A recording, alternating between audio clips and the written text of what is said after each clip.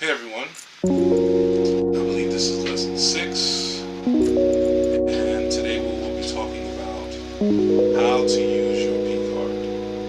A P card is a procurement card that is sent to administrators. It's used for the school. You can use your P card for a number of reasons: audio, visual, books, if you're having meetings with parents and students and staff, different events. There's a whole list of items we're going to be talking about using your P card for. What you can never, ever use your P card for is for personal use. None of the items you purchase should be for you or for a significant other or for a staff member you have a great relationship with. That does not work. All of your information is going to be accounted for. You will be audited for everything. Trust me. So you need to make sure that what you purchase is used specifically for the benefit of the children in your school. The song that came to mind, and you guys know that music is a big part of what kind of guides me as a learner, is More Money, More Problems by Notorious B.I.G. Let me adjust the screen just a little bit. And the title of it is kind of self-explanatory.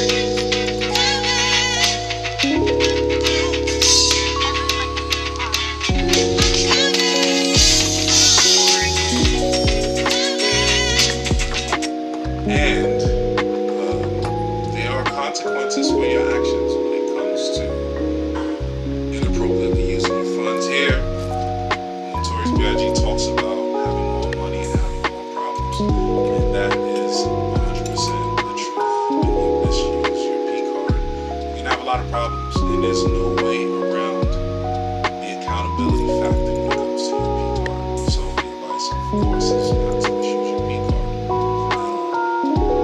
I gave you an example of what one of these sample P cards look like at the bottom to the right. The question that comes to mind for me is, or that we generated, is how do we properly use P cards for school purchasing? Some of the key terms you need to know. P card, we spoke about that. Micro purchases. Micro purchases are anything less than $2,500. We'll talk about what some of those micro purchases look like in Galaxy. Next, your transaction log. Here, you need to make sure you are documenting every penny that you are spending and the purpose and the reason and the date. And you need to have agendas and sign-in sheets and everything else. Food. You can purchase food for students. If that's what you would like to do, you can purchase food for professional learning sessions with staff members. Again, you need to document the time. There's also parameters on how much you can spend per person that we'll talk about in class. Next is travel. You can use your P card for travel. Let's say, for example, you're going to a professional development session or some type of training. You need to take a train or a bus or a car. You can use your P card for those reasons. You need to make sure and document everything that you're doing and why you're doing it. It needs to be an agenda, flyer for the event. As an administrator, if you're an AP, from your principal. If you're a principal, you need to get clearance from your superintendent. Also, like I said, meetings, different summits, conventions that are focused on education, and getting clearance from the superior is very important. Parking, same thing. If you are driving a car to an event and you need to park it at a certain location, you can be reimbursed for it. There's a bunch of protocols you have to follow. OTPS purchasing manual. There's a manual that I will give you the link for in terms of purchasing. Sometimes you have questions about what you can and cannot purchase with your P card. There's a manual for it. You just need to do a little research. And what you don't understand, there's always someone available from the central office that can explain to you what you can and cannot do with your P card. And then there's the certification process. The certification process is a platform that's used where principals have to go in, identify every purchase, justify the purchase, provide documentation of agendas, receipts of the event, everything, and that is how you do your certifications on your P card. Next, there's the different categories that you can use your P card for. Like I said before, you can use it for food, different office supplies, books, paper, art supplies. But there's some parameters around there you need to think about as well. If you're having special events for students, parties, celebrations, parent events, school dances, you can use your P card for that as well. Books, they would prefer for you to use your Listal money for books instead of your P card because you have more flexibility. And we'll talk about that in class. Also, hardware and software and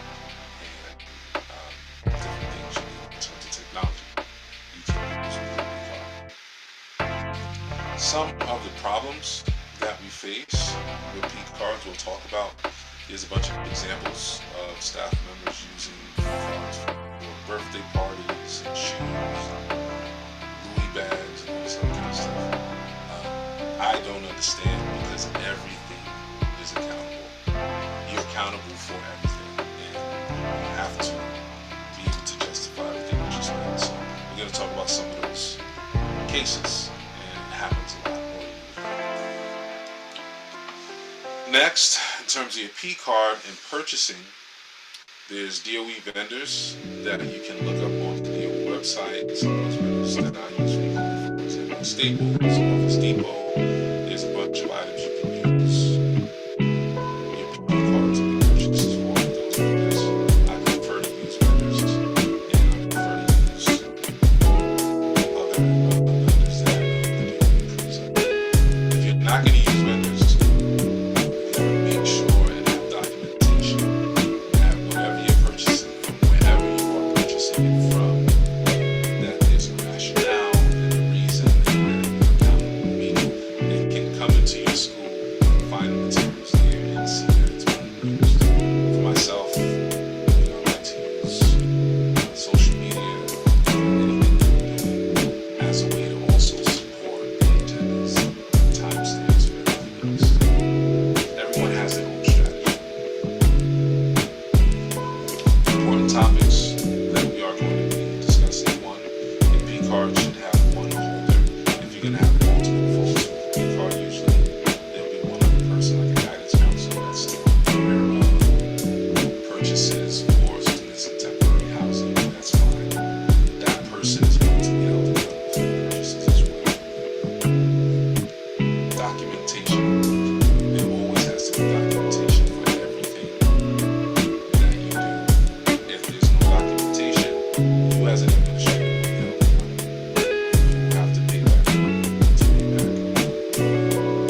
And there's no ifs, ands, or buts about it. I had a situation years ago when I used a P card to have a staff gathering. I didn't have my documentations back, so I needed to pay back $135. And it happened. We had the event, but I didn't have my documentation. So I had to pay back. And it happens. My advice is never purchase anything for the school. At some point, you might have to purchase it yourself. And so whatever you purchase for students, and if the documentation falls through, you have to be able to account for it.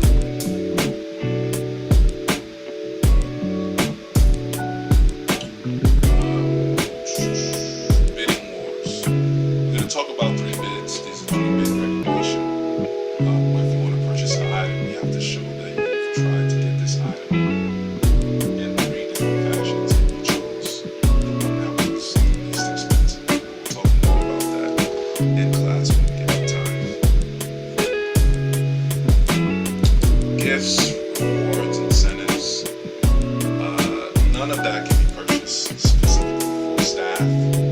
For students, it's just fine. It should not exceed a certain amount of money per student. But you can use these gifts and rewards as incentives for attendance, or improved behavior, or citations for academic performance. We'll talk more about that in class. Purchasing food for events.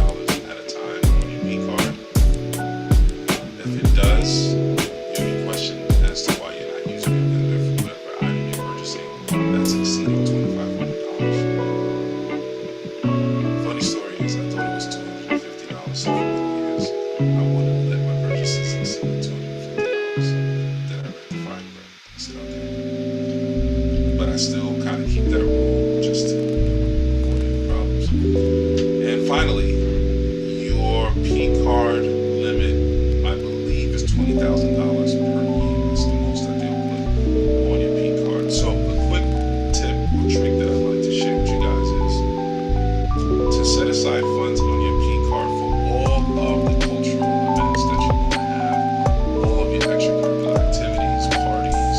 Have funds available because it's important in terms of the school. And what happens is when you don't schedule those funds ahead of time and you have to buy everything or purchase everything through vendors and through the school's budget and not through the P card, it makes it difficult because things come up. If the baseball team wins a game and you want to buy some pizza and you have to schedule your funds, you miss out on that time. So schedule your money ahead of time as much as you possibly can. And again, history repeats itself. It's smarter to just look at what was scheduled the previous year and use that as a foundation for what you schedule. So that's the finance side. And on the personnel side, we're going to be talking about engaging parents. Dear Mama, a very powerful song by an artist that I enjoy too much.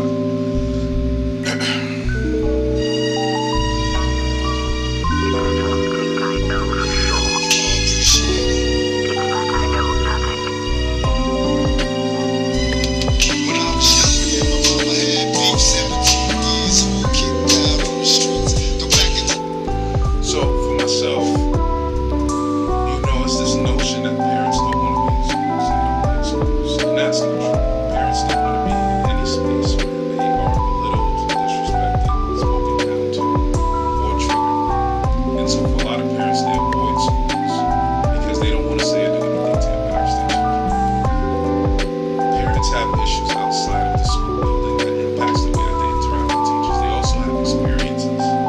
They've gone through some things in school that negatively impacts the way that they view teachers. And as educators, you have to ask yourself, what are you giving off when parents come to you? The thing that's always interesting to me is you can't fake energy. And parents, specifically in New York City, they can read you a mile away. It's a part of who we are as individuals growing up in the city. You know when a person values you and respects you, and you treat them accordingly. For myself, I've had challenges with parents, 100%. Very rarely though, because I make sure and treat them the way I want to be treated. I, as a parent, I've been in education for 20 years, 3 children. I get treated a certain way when I come into schools because of my size, because of my color, because of whatever preconceived notions that folks have about me.